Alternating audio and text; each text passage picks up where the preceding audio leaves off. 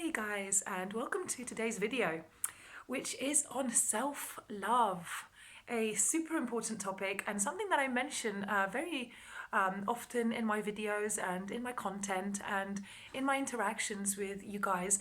And I realize that perhaps I haven't, quite defined what I mean by this, because it's such a loose kind of saying, oh, just self-love, but what does that mean? How do we apply this into our lives? How do we practice self-love? What techniques are there to be more self-loving? Because it's very easy to say, oh yes, I love myself, but how do we actually demonstrate that? Because words and action are not the same thing. And truly, without self-love, we're not ever going to be able to practice fasting. Because if we fast using our ego, patterns and conditionings, they're always going to come in the way. Resistance will always come and prevent us and stop us from doing this. So any time that we do any kind of level of fasting, any time that we choose something fresh and vibrant and healthy over something mucus forming or acid forming or something, processed, then every time we make a choice like that, it's self-love. Every time we choose to do a juice fast or even one day fast, it's an act of self-love. But how else can we integrate self-love? Because, it's not just a matter of fasting, and also we can fast from a very conditioned place. People often ask me, what's the difference between fasting and anorexia? Because on the face of it, they look the same. On one hand, you've got a person who isn't eating very much, and on the other hand, you've got a person who isn't eating very much. And yet the two are diametrically opposed. And what is the difference between the two? The difference is self-love. A person suffering from anorexia or other types of eating disorders, I'm going to refer to anorexia just because the parallel, with fasting is there. But, a person who fasts, who truly fasts, does it from a place of love, of acceptance, of surrender. Whilst anorexia is the complete opposite. It's about control. It's about feeling weak, feeling without foundation, feeling without any kind of ability to control and own one's destiny. So the only tool, because anorexia, yes, it's a tool. For some people, it's a tool of self-love. It's the only way they know to give themselves some love, some support, some control in their lives.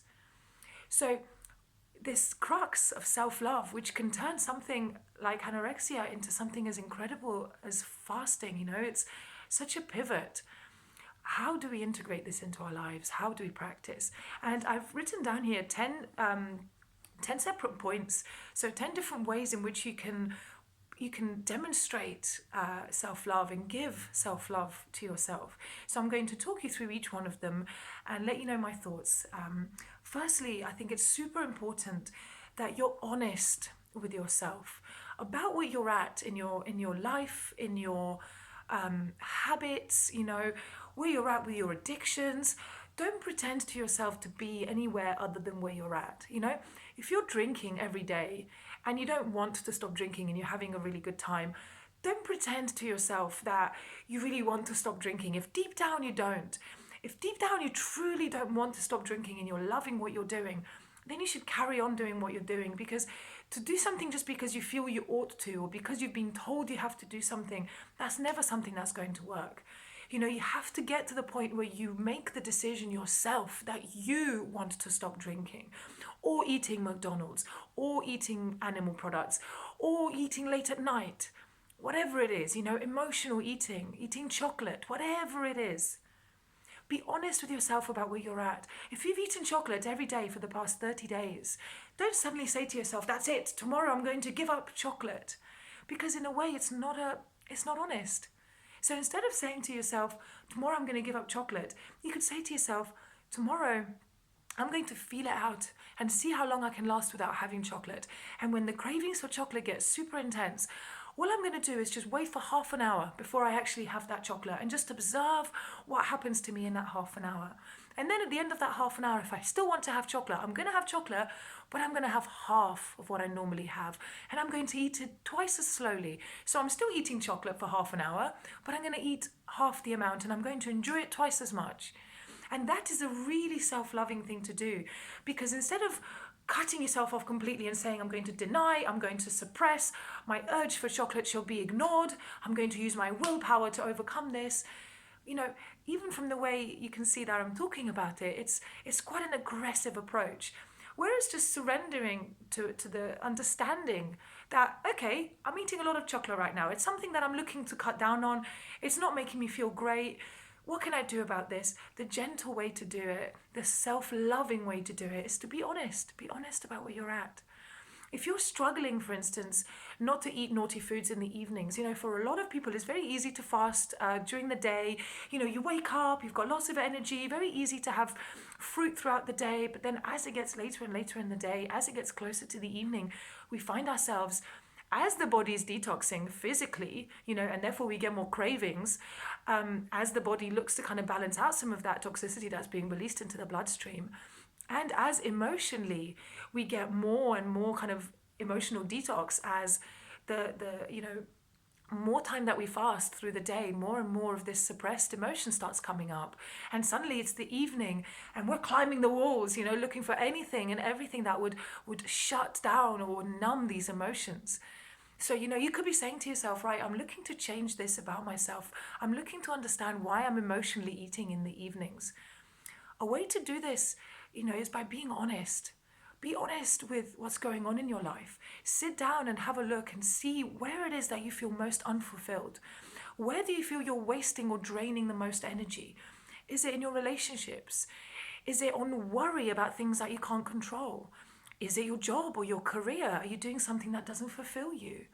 Are you perhaps in a love relationship where you can't truly be yourself, where you've maybe lied about some stuff, or perhaps you've hidden some things, or you've suppressed some stuff and you feel that you can't be open and honest? Look at ways in which you're not being honest with yourself, because being honest with yourself is the first step towards self-love.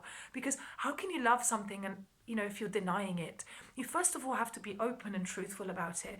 And very often that entails saying, I'm an addict, I'm a coffee addict, I'm an alcohol addict, I'm a food addict, I'm a TV addict, I'm a relationship addict, I'm a compliment addict, I'm a people pleaser, And I'm not saying this in terms of let's label ourselves, let's judge ourselves, but just admit it, If you've eaten chocolate every day for the past 30 days and you really want to stop and yet you seem unable to, if you can't seem to stop smoking but you really want to, or you really want to start that fast and you just can't seem to be able to do it, there's resistance there.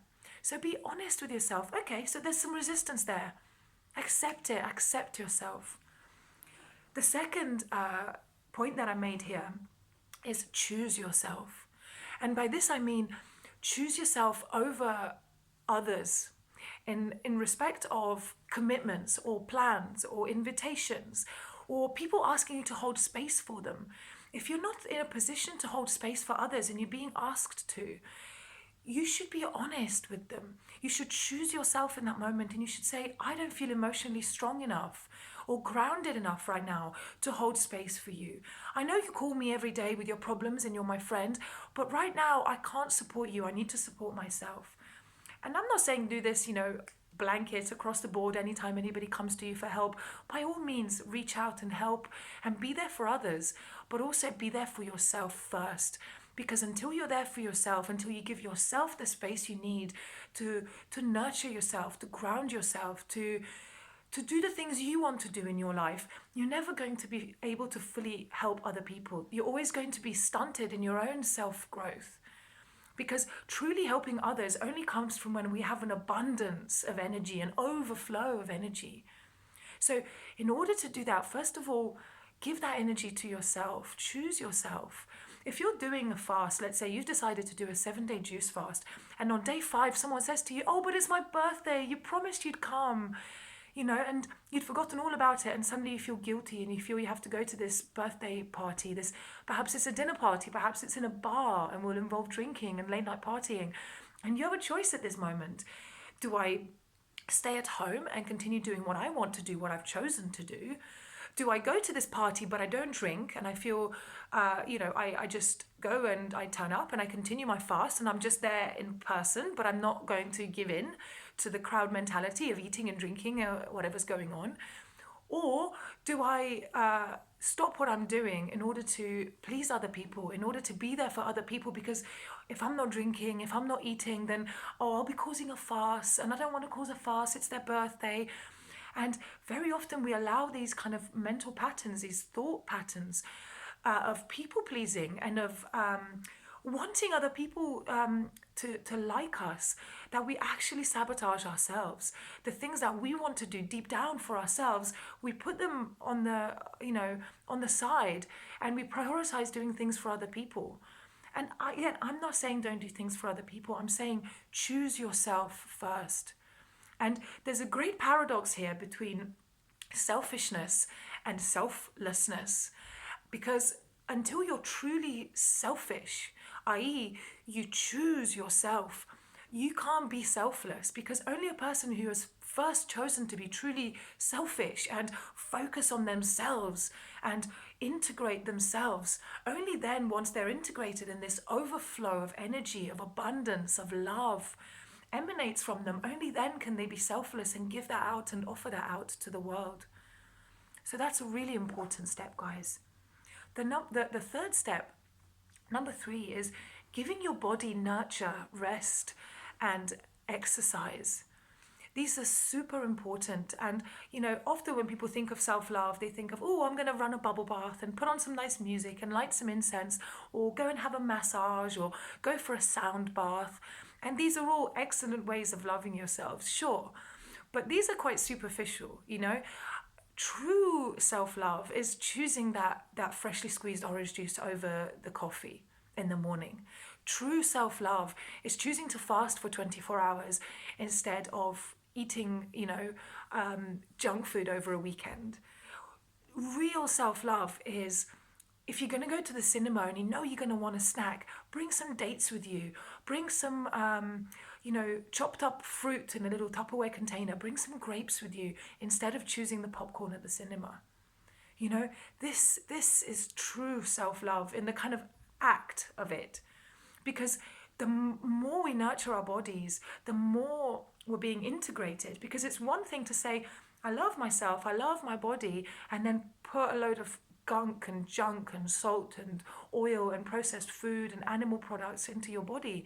That's saying one thing and doing the complete opposite. And obviously, at the same time, the self-loving thing to do is not necessarily not to put naughty things into your body, because sometimes these all happen, right? So the most important thing, which leads me on to number 4, is no guilt.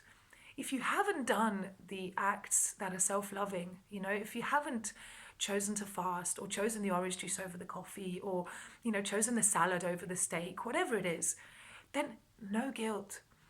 The most important feeling is one of unity within yourself, one where you don't feel at conflict, where a part of you says, you shouldn't eat that, but a part of you goes, fuck you, I want it. And another part of you goes, you're bad. And another person, all of these different persons live inside of us, and they're all just manifestations of our ego. They're all just different parts of our ego who are trying to control reality, trying to get us to do certain things.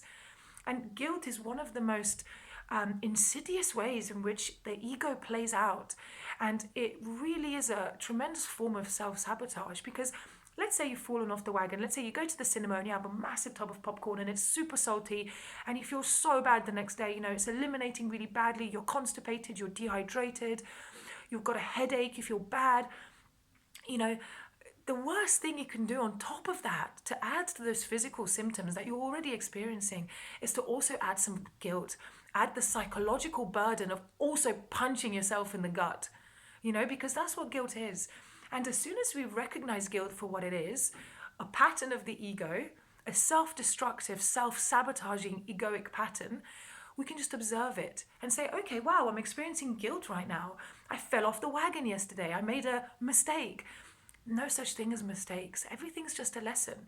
And as soon as we realize we're feeling guilt, which only comes with awareness, by being constantly aware of our inner state, of the thoughts that we have, of how we speak to ourselves, of the choices that we make, we can become more aware of how we're feeling in any given moment.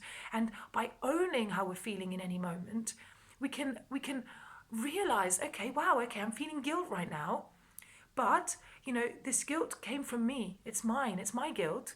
And I can just as quickly as I chose to associate with it, I can just as quickly choose to disassociate with it. I can just observe it, but not identify with it. And by just observing it and not identifying with it, not going into the story, because often when we identify with negative mental patterns, thought patterns, there's always a story, You're never going to get thin if you keep having late night binges. You're such a failure. You're always failing. We use such negative self-talk. And this is what guilt does. It causes us to speak to ourselves in ways that we would never dare to speak to other people. We call ourselves all sorts of terrible names, and this is because we feel guilty about what we've done.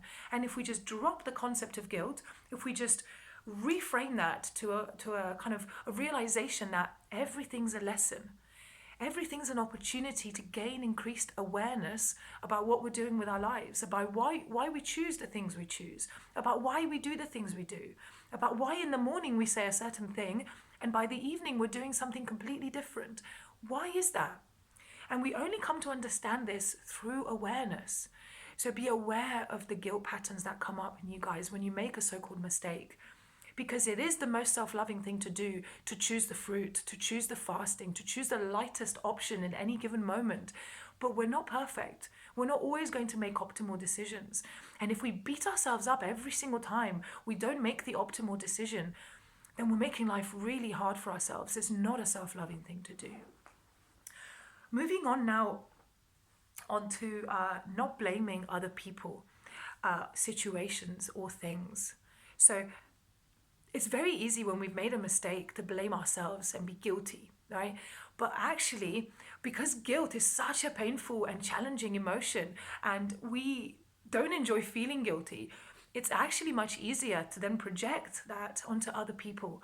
And in order to alleviate ourselves of the guilt that we feel, instead of just observing it and it falling away naturally through awareness, effortlessly, just through pure awareness, instead, we unconsciously project it onto other people and we blame other people. It's because you shouted at me that I got upset and I ate that chocolate.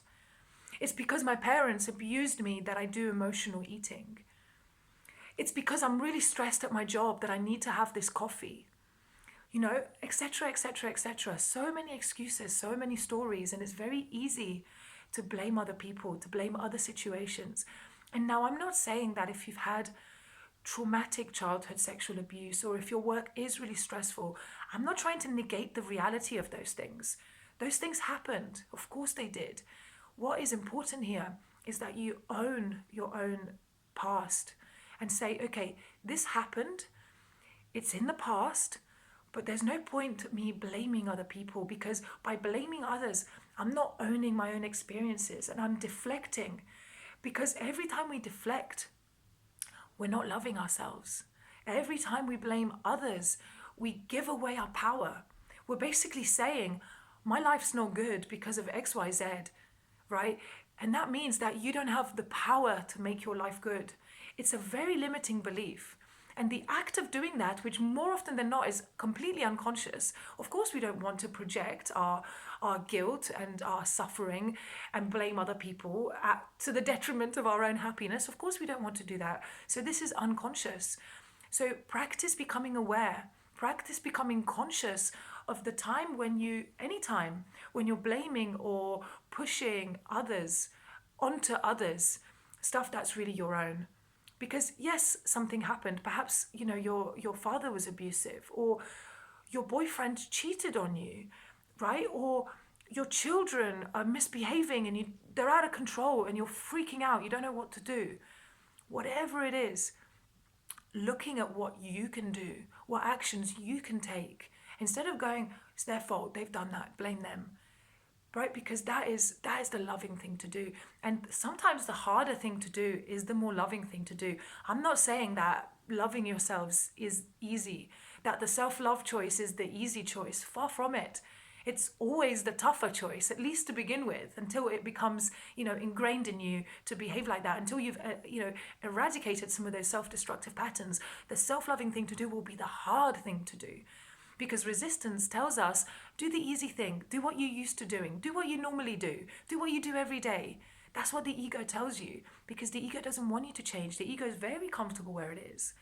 And yet, what is it that frustrates you in your life? What is it that keeps you feeling stuck? What is it that you want to change about yourself, about your body, about your health, about your mental health, about your emotional health, about your spiritual connection, about your relationships with others? What is it that you want to change but you can't seem to be able to? It's because you're not fully owning your experiences. What's happened and is happening to you hasn't happened to you, it's happened for you.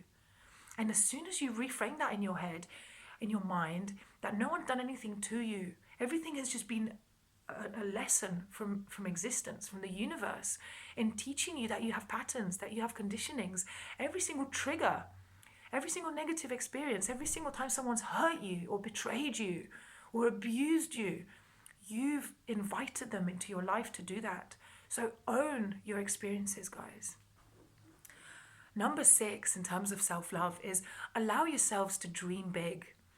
And I'm not saying live in some kind of dream cuckoo land where you're, in some kind of fantasy all day long. Far from it. I'm quite a pragmatic person. I always say how important it is to be present in the moment. Don't spend your time daydreaming.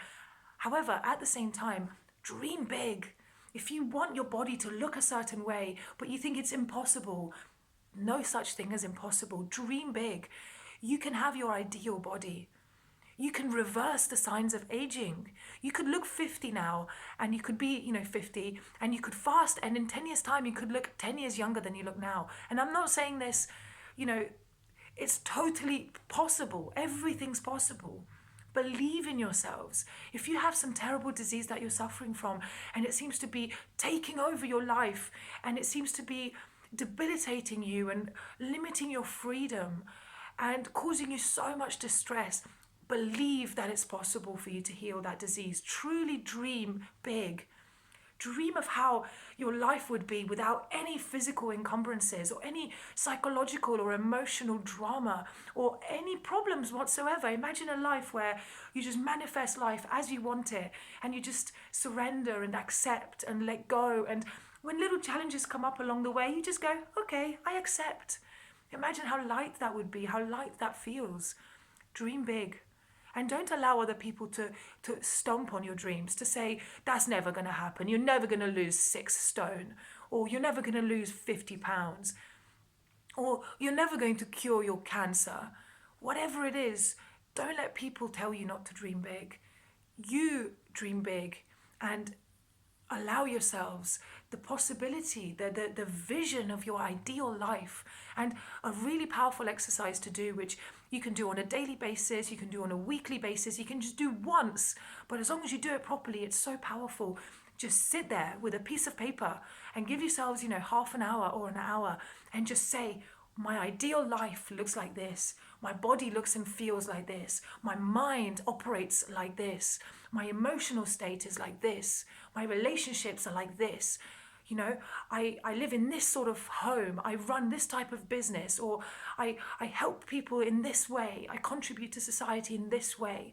Every morning I wake up and I feel like this. And you fill in all those dots. And when you answer those questions, put in what feels lightest to you. Not what you think you ought to do, not what you've read in, spiritual blogs that is a good thing to do.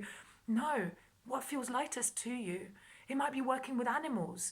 It might be becoming a model. It might be building a really big Instagram following and actually becoming a bit of a social media influencer.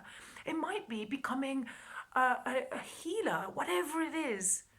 Dream big. You can be those things until you've visualized it with your mind's eye, with your third eye, until you've felt it in your body physically and allowed the energy of that manifestation to start building up inside you. That ideal life is never going to happen until you truly believe it's possible, until you cognize it as an actual possibility for you.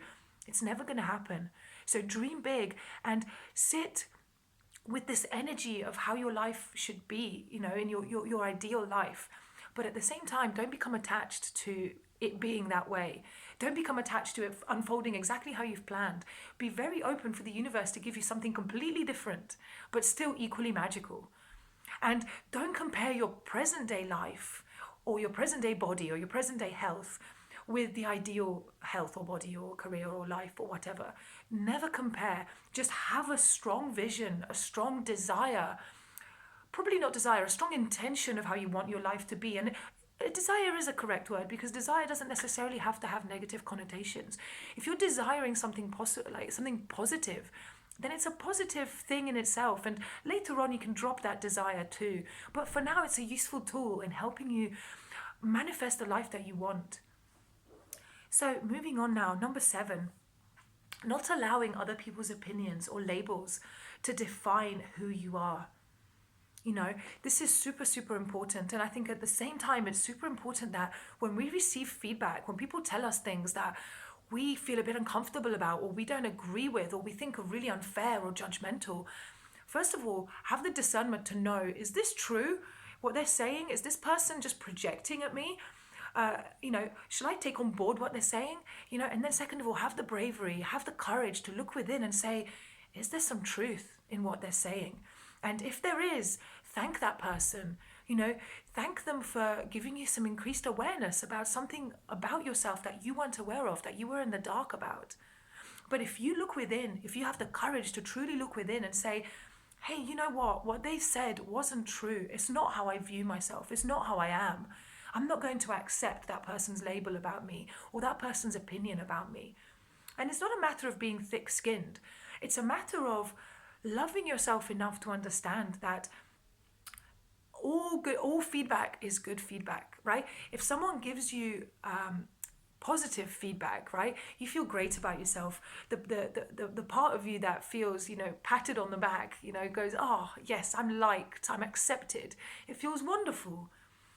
However, if the opposite happens and we receive some negative or some constructive feedback, very often our ego gets in a hump about it, and we refuse to hear that feedback because it's an affront to our ego. It's an affront to an image that we hold about ourselves, about an idea, about reality, and how we want it to be a certain way, how we want to be a certain way. So other people's opinions and labels, if they're coming at us, if people are saying these things to us and they're making us feel uncomfortable, or if there's any kind of trigger or emotional response or reaction in us, that means there's a lesson there for us. That means there's something there that we're not aware of, that we're not seeing. And the universe, existence, has really kindly provided us with a guide, with a signpost, a person who in that moment you may be massively hating on because they've told you some things that make you feel absolutely shoddy about yourself. That person is the greatest gift from existence. So every time you receive criticism or you're labeled or you're judged by other people, and on this fasting journey, guys, I'm sorry to say it, but it's going to come up again and again, as loved ones will, and inevitably it's the ones that love us the most, that are closest to us, they get triggered by what we do. It frightens them, and they sometimes say and do quite negative and passive aggressive and angry things. And we have to realize, is there some truth in what they're saying, or is that just their story? It's their story, and I'm not going to accept their story as my reality. And it's really important that you use your discernment to separate between the two. Separate between what's a projection from another person that you're just not going to identify with, and just send them love and say, okay, you're clearly suffering right now and you're projecting onto me, but I'm going to stay grounded and I'm not going to accept your projected energy. That's self-loving. But also the self-loving thing to do is to have the bravery, the courage to then look within and say, is there a kernel of truth in that? Does it really hurt because actually they've touched a sore spot inside me that actually I know deep down that there's some truth in that, and that's actually why it hurts so much. And the anger that I feel towards this person right now for saying this thing about me, for judging or labeling me in this way, or for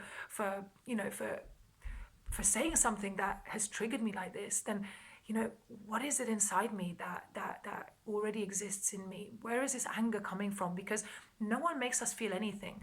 We already have the anger, the frustration inside us. It's just a trigger from somebody externally that's just brought it up. And it's brought it up for us to observe and for us to release. And if we're truly self-loving and truly present in that moment, we can sit with that energy. We can feel the physical sensations as it arises in our body. We can observe it and we can say, I'm not going to identify with you. And perhaps, within a few minutes or half an hour or a day, whatever, however long it lasts, it passes and it goes. And if we don't identify with it, if we just observe and love it and love ourselves, it goes. And then afterwards, you feel so light. And the universe has truly gifted us, the opportunity with fasting for these things to constantly come up, constantly come up. There are constant little triggers every single day when we fast. And every one of those little triggers is an opportunity to let go, to surrender. And very often those triggers are other people and what they say about us, how they judge us, how they label us, how they put us into a box, how they tell us you should or shouldn't do X, Y, Z. I have people so often who have absolutely no experience about fasting me telling me that what I'm doing is dangerous or wrong, that I'm going to hurt people. And I say to them, guys, you don't know anything about me. You've seen one post on Facebook and you've judged me and you've jumped to conclusions. And, at first this used to really trigger me. I'd say, how can these people say that I'm hurting people? I've nothing but love in my heart. All I want to do is help people. I know how much fasting can help people. How can they be so blind? And I realized it was my own triggers. It was my own need to please other people, to be liked by everyone that felt triggered in that moment. And now when I have, trolls telling me all sorts of weird things and they come up with all sorts of stuff, I realize these people are just projecting. I'm not going to take their criticism, their anger, their fear, because very often what they're saying is very fear-based. They have no direct experience, absolutely no direct experience of something. But just because they heard something once, or they've been taught something at school, or they read something once, they're preaching at you over, and it's so important to be able to just let go. Sometimes people are going to speak to you and pretend they know way more about something that you know. And you just have to be gracious and just move on. And that's the self-loving thing to do. To say to them, you know what, I appreciate and respect your feedback and your comments, but I don't agree. And it's not how I'm going to live my life. And it takes a lot of practice to be that unreactive to something that could potentially be very triggering.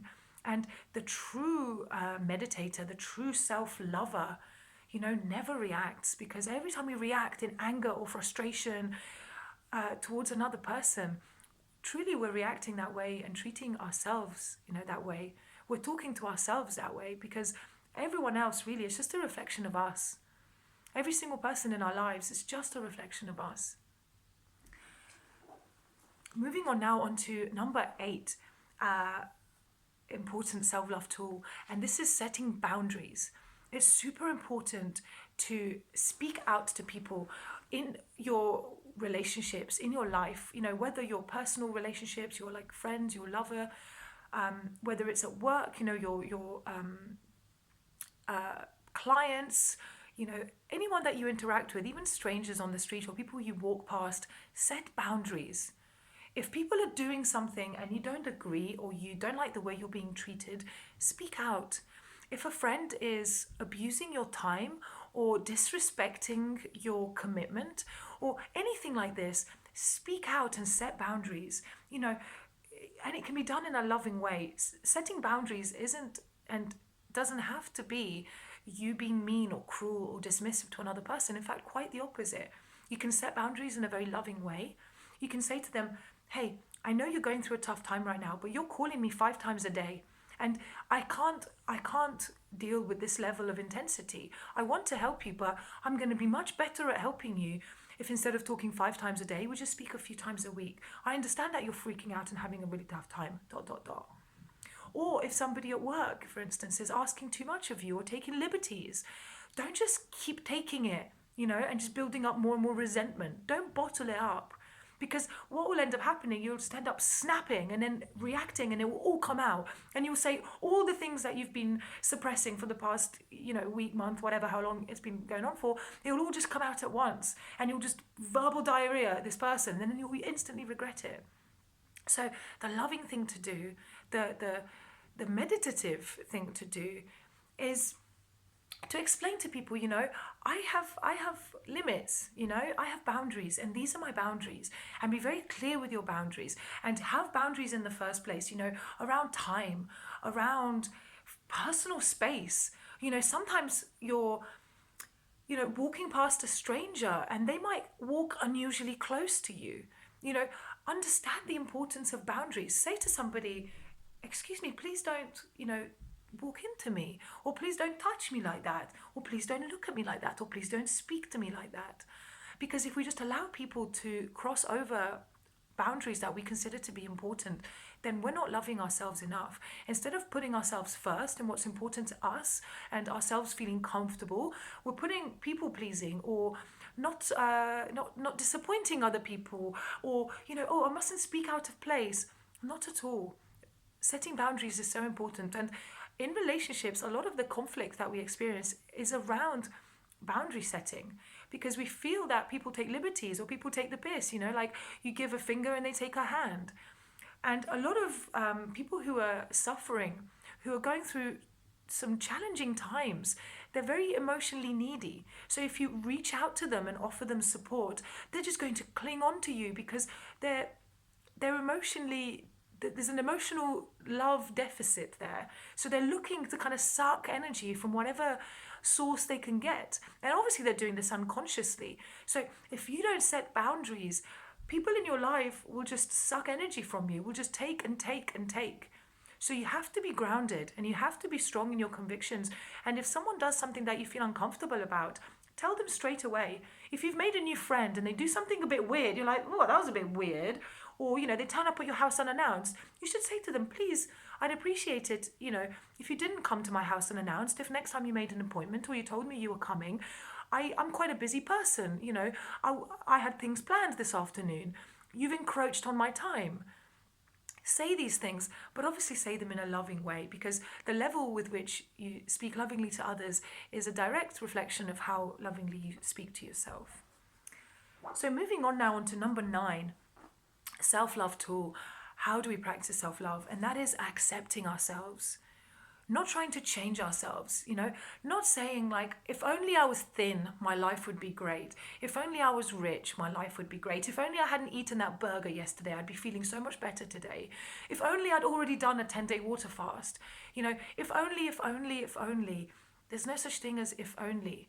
That is not being present. Every time you say, I wish my body was this way or that, I wish my life was this way or that, that's a very different energy to sitting there consciously and creating the life that you want in your visual space. That is a very different energy to that kind of, oh, I wish my life was different, that kind of needy victim type energy. Don't do that, guys. Accept yourselves for where you are now.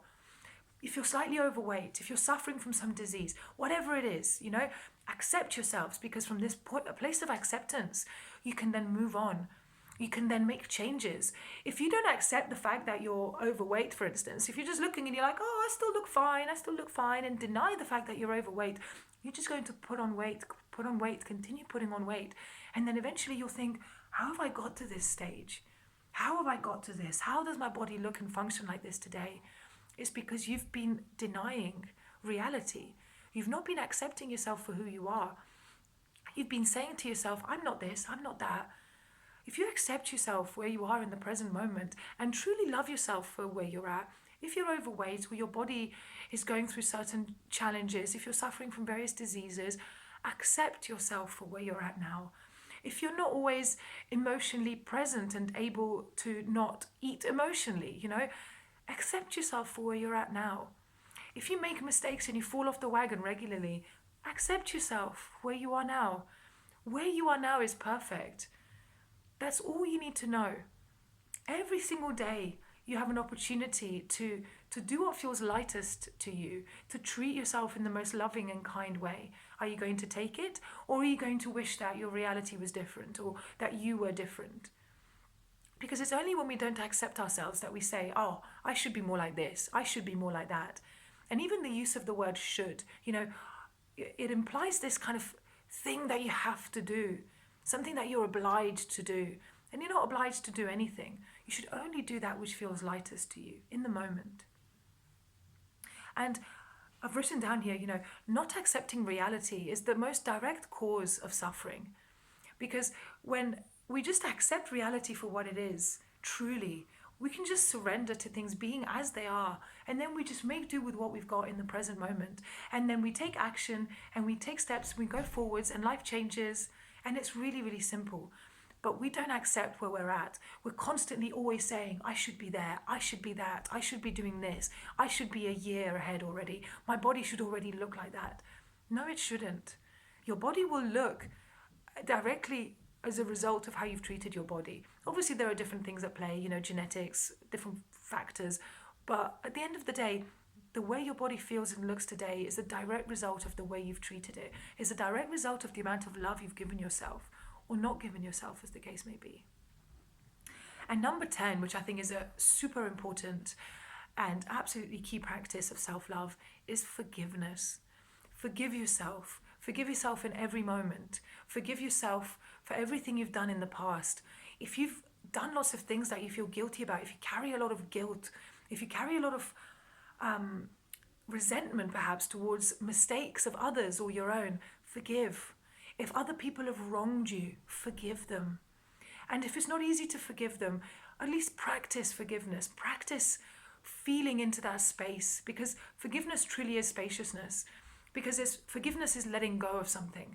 It's kind of saying, someone's wronged you in some way, someone's done something that's really hurt you, and you've carried that ever since then as a weight inside your own soul, inside your own heart. So loving yourself is choosing to drop that weight, choosing to say, you know what, I'm not going to identify with that story, with that victim mentality. I'm not going to blame that other person for what they've done to me. I'm just going to let go. And forgiveness is such a light energy. And truly, until we forgive ourselves, we can't forgive anybody else. So the most important thing is to practice self-forgiveness. Love yourselves, guys. Forgive yourselves. And what I'm going to do now, before I wrap up, is I'm just going to read through them one by one, just to recap. So, 10 self-love tools. First of all, be honest with yourself about your current choices, about your life, about where you're at. Number 2, choose yourself. Prioritize yourself. Put yourself first. Being selfish is the most selfless thing to do. Accept that paradox as truth. 3, give your body the nurture, rest, and exercise that it needs and truly deserves. Fast. Number 4, no guilt. Practice letting go of guilt. Number 5, don't blame other people or situations or events for your suffering or for your emotional state. Own your emotional state. Own your life. Own your body. Own your diseases. Whatever it is that you're suffering from, whatever it is that your life is, in any way that your life's not perfect, own it. It's not down to anybody else, it's down to you. 6, allow yourselves to dream big. 7, don't allow other people's labels or opinions to shape how you see yourself, how you view yourself. And at the same time, have the courage to look within and see if other people's opinions or judgments hold any level of truth. And if they do, accept that and look within and clear those patterns. 8, boundaries. Set boundaries. This is super important, especially when it comes to interpersonal relationships. Don't expect people to know what's going on in your mind. People aren't mind readers. I mean, some people are. I've been at the ashram in India where I actually saw people mind reading, but generally in life, when people aren't going to know what's going on in your head. If you don't repeatedly tell someone not to do a certain thing and they keep doing it and you keep getting angrier and angrier with them, if you haven't told them that what they're doing is inconveniencing you or pissing you off, if you haven't set that boundary, then how could they possibly know? Love yourselves, set boundaries. Number 9, accept yourselves. Whatever's happened, whatever you've done, whatever failure or mistake, whatever it is that you think you've done, accept it. It's okay. Move on. Don't linger onto things. Just accept them for what they are. Accept reality for what it is. Not accepting reality for what it is the most direct cause of suffering. And then number 10, forgiveness. Forgive yourself for everything you do, in every moment. Every morning, wake up and say, everything I did yesterday, everything that I'm unhappy about, I forgive myself, and feel it energetically. Don't just say it to yourself robotically, I forgive myself. Feel it, I forgive myself. Put your hand on your heart. Truly forgive yourself. And then you'll find that forgiving others comes so easily. And all the weight of all the burdens of all the kind of, disappointment and hatred and resentment that you perhaps have been carrying towards other people and towards yourself, you'll be able to drop it. And this is how we practice self love, by integrating all of these tools into a daily practice, by becoming aware of them and catching ourselves when we're in a pattern of not being present, or of blaming, or of feeling guilty, or of not accepting something, or of having a thought in our head and then believing that thought and then identifying with that thought. Observe everything, guys, and constantly keep yourself kind of like a bird's eye view. Look at yourself as you behave. Look at yourself as you open the fridge and look for food at 11 o'clock at night. Just observe what's happening in your inner space when that's going on. How do you feel physically? Observe yourself when you make mistakes, and how you speak to yourself afterwards, the next day. Observe all of this stuff. And by observing and then with love, these are like, again, I talk a lot about the bird with two wings. And these are the two wings, observation, awareness, and self love. With these two tools, you can do anything. You break through any barrier, any pattern, any conditioning, any disease. Anything that's stopping you from living your ideal life can be ascertained with awareness and then dissolved with self-love. I'm going to wrap it up there, guys. It's turned into quite a long video. Thank you so much for watching all the way to the end. I'm so grateful to all of you for the fact that you joined this group. Even the fact that you're watching this video, the fact that you've watched all the way to the end, it truly shows that you have a deep desire to love yourself. And that is the most important thing, because without the intention to love yourself, how could you possibly love yourself? So in this moment, right now, set the intention. I'm going to love myself from now on. I'm going to practice loving myself. And I'm going to forgive myself when I fail to practice self-love. I'm not going to feel guilty about failing to practice self-love, because that's not self-loving. So love yourselves, forgive yourselves. That's the most important thing. Thank you so much, guys. Have a beautiful day.